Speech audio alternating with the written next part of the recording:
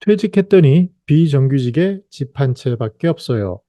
우리는 퇴직을 하고 재취업이니 창업 창직을 알아봅니다. 근데 현실 속에서 최저시급이라는 것을 알게 되고 또한 자녀 교육과 부모 돌봄을 통해서 어려움을 겪습니다. 나아가서 조금이라도 실수하면 절벽 위험에 부딪히고 집 한 칸 남은 것을 어떻게 최적화할지, 그리고 일하는 노인 일자리 평생 현역이라는 이러한 일반적인 과정을 겪게 되는데요. 이 시간에는 퇴직하니 비정규직에 집 한 채밖에 없어요라는 현실을 어떻게 타개하면 좋을지 중요한 단서들을 하나씩 살펴보도록 하겠습니다. 퇴직 평균 나이는 50.15세인데요. 실질적으로 대기업에 계신 분들은 느끼시는 체감 나이는 40대 초반인 경우가 많습니다. 이는 점점 짧아지고 있고요. 자발적인 것보다는 비자발적 퇴직이 늘고 있고, 물론 MZ세대인 경우에는 조금 이와는 다르지만 이러한 현상이 시니어들이 겪고 있는 현실입니다. 그러면 퇴직한 사람들은 재취업을 한다든지 창업을 한다든지 창직을 한다든지 선택을 하게 되는데, 재취업의 경우에도 일반적으로 한 두 번 정도의 기회가 있고 2년 정도의 단기적인 과정을 거쳐서 이전에는 60세라든지 65세에 이르렀습니다. 근데 지금은 이런 기회조차도 굉장히 많이 사라지고 있고요. 창업의 경우에는 신생기업의 5년 생존율이 34%에 그치고 있고, 더 나아가서 대부분은 소상공인, 개인 사업자인데 이 경우에는 5년차 생존율이 55%라고 할지라도 이번 코로나에서 본 것처럼 그 기간 동안이 상당히 고통스럽고 오히려 빚이 남는 그런 경우를 우리는 흔히 볼 수 있습니다.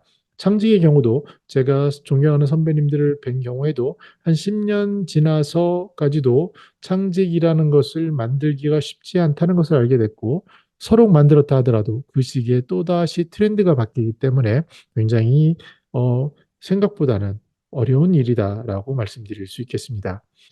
현실은요, 많은 사람을 인터뷰해 보면 누구에게나 최저시급이라는 것이 주어진 현실입니다.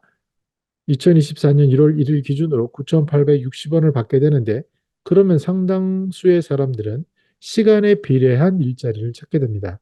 금액이 많이 필요한 만큼 근로시간을 늘리는 그러한 아주 어떻게 보면 현실적인 방법을 찾는 길을 들어서게 되는데요.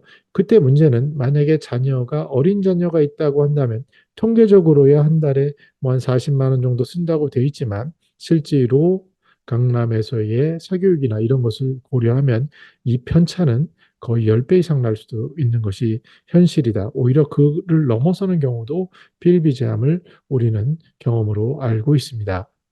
부모 돌봄의 경우를 보면은요, 노인이 이제 노인을 돌보게 되는 현실이 되고, 어르신들을 짧게는 2개월 돌보는 경우도 있지만 대부분 한 10년 정도 또는 이렇게 오랜 기간을 돌보게 되는데요. 특히 치매 또한 늘어나고 있습니다. 그렇게 돌봄을 한다는 것을 가족이 같이 설계해서 나누면 좋겠지만, 대부분 독박 돌봄을 하게 되면 그 돌봄을 제공하는 사람은 피폐하게 되고 굉장히 우울하게 되며 또다시 다른 어려운 현실에 부딪히고 있는 하소연을 듣게 됩니다. 이로만 끝나는 것이 아니라 시니어들이 절박해진 상황에서 조금이라도 선택을 잘못하면 주로 사기나 아니면은 금융사기라고 하는데요. 이러한 것들은 외국에서도 선진사에서도 많이 나타나고 특히 인지기능 저하와 함께 더 나타납니다. 조금 젊으신 분들의 경우에 자산을 많이 가신 경우에는 이전의 과욕으로 스스로 하는 선택에 의한 그런 손해를 많이 보기도 하는데, 나이가 들어서 조금 실수하는 것은 회복하기가 굉장히 어렵다라는 것들이 전문가들이 이야기고 경험한 사람들의 어, 방식임을 우리는 기억할 필요가 있습니다. 그리고 나면 다행히도 부동산 한 칸 정도, 집 한 칸 정도 있는 경우가 다수라고 할 수 있습니다. 이보자도 없는 분들도 꽤 많고요. 근데 있다고 했을 때 이 자산이 현금화, 유동화가 된 것이 아니라 고착된 경우도 있고, 또 여기에 대출금까지 있는 마이너스 역할을 하게 되는데, 최근에 주택연금에 대한 관심이 높아진 것은 그나마 좋은 일이라고 생각이 듭니다. 왜냐하면 연금을 조금 받는 것 가지고 부족한 것을 상당 부분을 주택 연금을 통해서 회수할 수 있는 기반이 되기 때문에 더욱 그러합니다. 이렇게 부동산 최저가를 하고 나서 중요한 것은 노인 일자리인데요. 이전에는 그런 허드렛 일이나 아니면 의미 없는 내가 돈이 많은데 왜 일을 해야 돼? 라고 하지만 그런 분들도 막상 오랜 시니어 삶을 살다 보면 노는 것만으로 삶을 채울 수 없다는 것을 알게 됩니다. 그리고 무엇보다 건강한 노인, 친구들이 노인 일자리에 있다는 것도 발견하게 됩니다.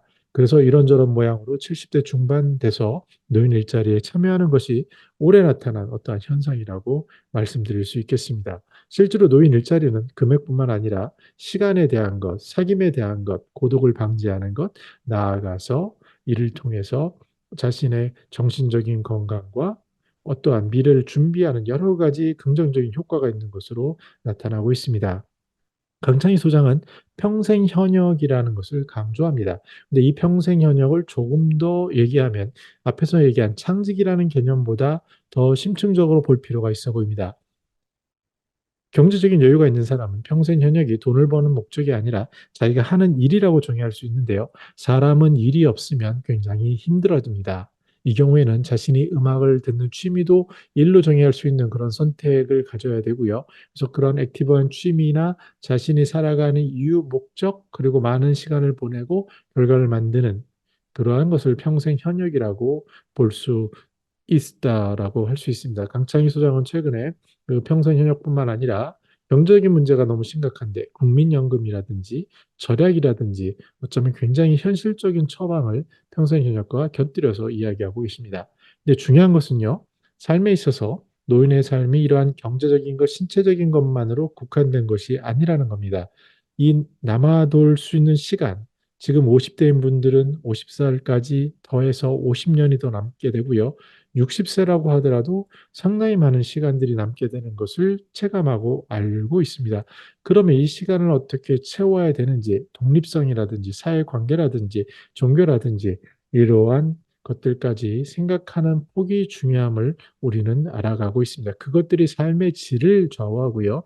우리가 너무 어렵게 각박하게 살면서 돈이라든지 몇 가지 요인에 국한될 수 있지만 시니어 삶을 조금 더 차분하게 앉아서 보면은 이런 부분들은 여러 가지 방법으로 해결할 단서들이 보이는데 물론 그렇지 않은 분들도 계십니다. 그러나 많은 경우에는 자기가 자족을 하거나 아니면 어떤 재조정을 한다면 다시 차분히 보면 정말 중요한 것은 이 넘쳐나는 시간에 대해서 어떻게 자기의 삶을 만들어 갈 것인가라는 질문에 다다르게 되는 것을 알 수 있습니다.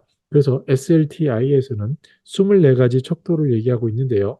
돈이 중요하니 재무적인 것도 12가지가 있지만 비재무적인 영역에 있어서 배우고 나눈다든지 평생 교육을 듣고 디지털을 이해한다든지 개인적 인연뿐만 아니라 사회적 인연을 생각하고 정서적인 건강과 소통과 건강을 공감을 하고 또 신체적인 건강을 넘어서 액티브 취미 여가와 나아가서 자신의 영성과 또 유산을 남기는 것까지 이렇게 종합적인 삶의 질을 생각하는 것이 시니어의 삶이라고 할 수 있겠습니다. 그래서 앞에서 얘기한 퇴직하니 비정규직의 집 한 채밖에 없어요. 어떻게 보면 절실한 어떠한 현실에 대한 고충으로 보이겠지만 차분히 앉아서 이 세상이 돌아가는 것과 정확한 통계를 보고 나서 고민할 필요가 있습니다. 그리고 정말 내 삶이 그렇게 절박한 것인가를 곱씹어보고 그 방법론에 있어서 많은 선배들이 이야기하는 새로운 가치와 새로운 중요성 이런 것들을 한번 곱씹어 보면서 현실을 있는 그대로 받아들이되 자신이다움, 자기다움 또 호기심과 어울림을 갖는 이러한 것들을 고민하는 것이 시니어 삶에 있어서 더 중요한 일이 아닐까라는 생각을 해보았습니다. 지금까지 얘기한 여러 가지 단서들 속에 함축적으로 이야기하느라고 많은 부분을 뭐 빼먹고 이야기는 했지만 우리들에게 있어서 퇴직하고 나서 비정규직의 집 한 채밖에 없어요라는 어떻게 보면 이 정도도 행운인 분들이 많은 경우인데요. 그 행운을 가지고 계신 분들조차도 어떤 것을 한탄하거나 걱정하는 경우도 볼 수 있고 또 아주 부자인 경우에는 야 저렇게밖에 못해라고 볼 수도 있겠지만 우리는 전체적인 관점에서 사람들의 삶을 보고 그리고 전체적인 관점에서 인생을 바라보고 거기에 대해서 준비하는 것이 필요하지 않나 그렇게 생각을 해보았습니다. 저는 더 나은 시니어 삶 공동체를 연구합니다. 감사합니다.